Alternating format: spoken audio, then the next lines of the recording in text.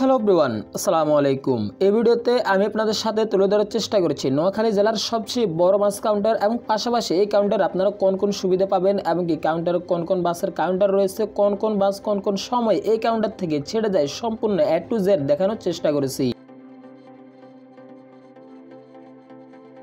তো ঠিক এই মুহূর্তে আমরা রয়েছি নোয়াখালী জেলার মাইজদি থানার চৌমোহনী চৌরাস্তা থেকে বামে আসলে অর্থাৎ আপনি সবচেয়ে বড় এই বাস কাউন্টারটা পেয়ে যাবেন। এমনকি এখানে আপনার লাল সবুজ, সোহা, ইকোনো সার্ভিস, এছাড়া নোয়াখালী জেলায় যে বাসগুলো সার্ভিস দেয় সব বাস আপনারা এখানে আসলে পেয়ে যাবেন। তার চেয়ে বড় কথা হচ্ছে যেদিন আমি এই টার্মিনালটি ভিডিও করতে যাই ওই দিন শুধু আল্লাহ করতেছিলাম যে কখন যে বৃষ্টি আসে, অর্থাৎ বৃষ্টি আসলে তো আমাকে ভিজে যেতে হবে, আর ভিজলে তো মনে করেন ভিডিও করা হবে না। অবশেষে আল্লাহর রহমতে বৃষ্টি আসার আগে কিন্তু আমি এই পুরো এরিয়াটা আপনাদের জন্য আমি ক্যামেরাতে ক্যাপচার করে নিই।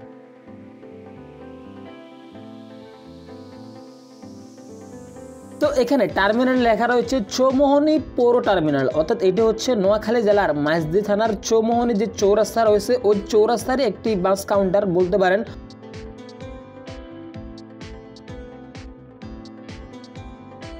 অর্থাৎ এখন পর্যন্ত আমি নোয়াখালী জেলাতে এত বড় বাস কাউন্টার কোথাও দেখিনি, একমাত্র চৌমোহনী বাজার আসলে আপনারা এই বাস কাউন্টারটা এখানে পেয়ে যাবেন। অর্থাৎ নোয়াখালী থেকে যতগুলো বাসে কিন্তু ঢাকার উদ্দেশ্যে ছেড়ে যাক না কেন সবগুলো বাসে কিন্তু এই কাউন্টার থেকে আসল ছেড়ে যায়। অর্থাৎ এটি হচ্ছে মেন কাউন্টার, সব বাস কিন্তু এই কাউন্টারে এসে দাঁড়ায়। দেখতে পাচ্ছেন লাল সবুজ আরও অন্যান্য বাস কোম্পানি ঢুকতেছে নোয়াখালীর অপারেটরগুলো। তো যদিও আমি আপনাদেরকে ভিতরেও ভিডিও করেছি, আমি সেটিও আপনাদেরকে দেখাবো। ভিতরের ইন্টেরিয়র পার্টও কিন্তু খুবই ভালো, একটু পরে আমি আপনাদেরকে ভিতরের পার্টটা দেখাবো, আপনারা সেখানে কি কি ব্যবস্থা পেয়ে যাবেন।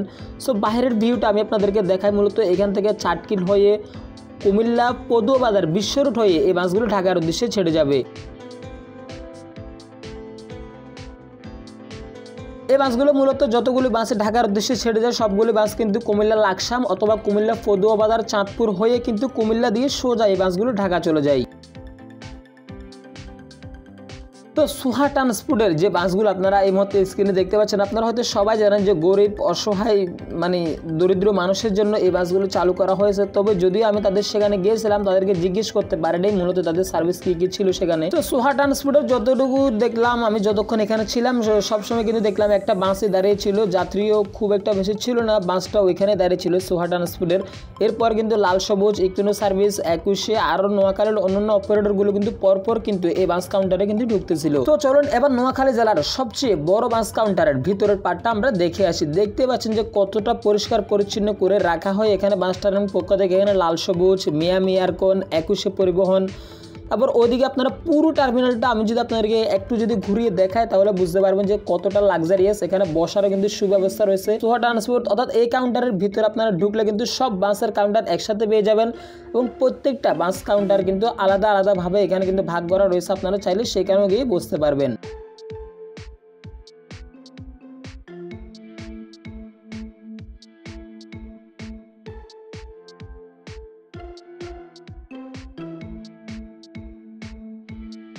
তবে এই কাউন্টারের ভিতরে আমার সাথে এখানে একটা মজার ঘটনা ঘটেছিল। ঘটনাটা হচ্ছে আমি যখন বাস থেকে লোকাল বাস থেকে এই কাউন্টারের উদ্দেশ্যে আসলাম তখন এই কয়েকজন লোক আমার কাছে মানে দূরে গিয়ে বললো যে ভাই কোন জায়গায় যাবেন, কোন জায়গায় যাবেন।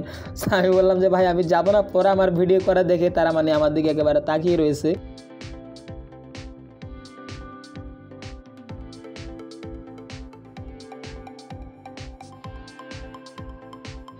সো আসলে একটা কথা বলতে ভাই কিছু তো আসলে করার নাই, যেহেতু আমি সেই চট্টগ্রাম থেকে নোয়াখালীর উদ্দেশ্যে গিয়েছি শুধুমাত্র আপনাদেরকে ফুটেজগুলো ভিডিও করব, দেখাবো। এখন মানুষ যদি তাকিয়ে থাকে তাহলে সেখানে তো আমার কিছু করার নাই।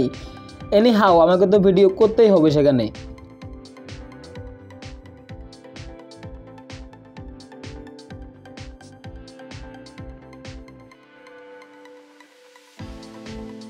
তো এখানে হিমাচল, লাল সবুজ, যদিও এই কাউন্টারের সবচেয়ে বেশি ইকোনো সার্ভিস এবং কি লাল সবুজ পরিবহনের বাসে দেখা যাচ্ছে যে আমি যতটুকু দেখলাম এখানে কিন্তু ইকোনো সার্ভিস আর লাল সবুজ পরিবহনের যাত্রী চাহিদা একটু বেশি রয়েছে এখানে। তো যদিও এখানে ইকোনো সার্ভিস এবং কি লাল সবুজ পরিবহনের সার্ভিস ভালো এবং কি তারা কিন্তু অত্যন্ত লাক্সারিয়াস বাসগুলো দিয়ে কিন্তু নোয়াখালী থেকে ঢাকা, কুমিল্লা এই সমস্ত মানুষগুলোকে তারা কিন্তু খুব সুন্দরভাবে এখন পর্যন্ত সার্ভিস দিয়ে যাচ্ছে।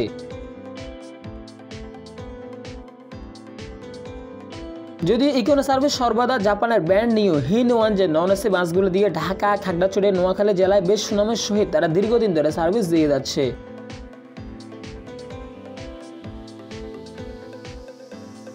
এবং আমি যতটুকু এখানে এসে বুঝলাম যে ইকোনো সার্ভিস আর লাল সবুজ পরিবহনের অনেকটাই বেশি যাত্রী চাহিদা, সেই তুলনায় কিন্তু 21-এ এমনকি অন্য বাস অপারেটর কিন্তু খুবই যাত্রী চাহিদা কম, সবাই কিন্তু ইকোনো সার্ভিস আর লাল সবুজ পরিবহনের টিকিট নিয়েছিল।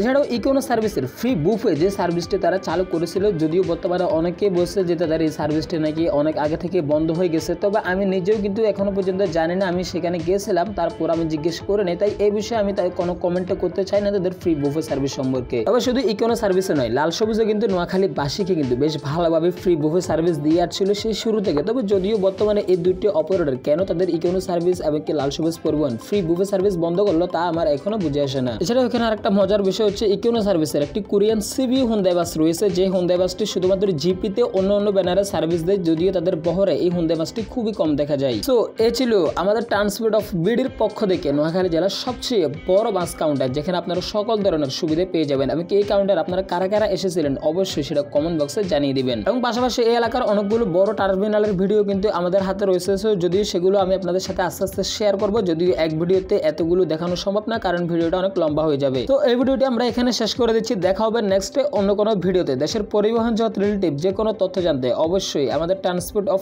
বিডি এই চ্যানেলটি সাবস্ক্রাইব করে পাশে থাকবেন। এবং পাশাপাশি আজকের এই বাস কাউন্টার সম্পর্কে ভিডিওটি আপনাদের কাছে কেমন লেগেছে তা কমেন্ট বক্সে জানিয়ে যাবেন। যারা এতক্ষণ শুরু থেকে শেষ পর্যন্ত ধৈর্য ধরে আমাদের সাথে ছিলেন তাদেরকে জানাই অসংখ্য ধন্যবাদ।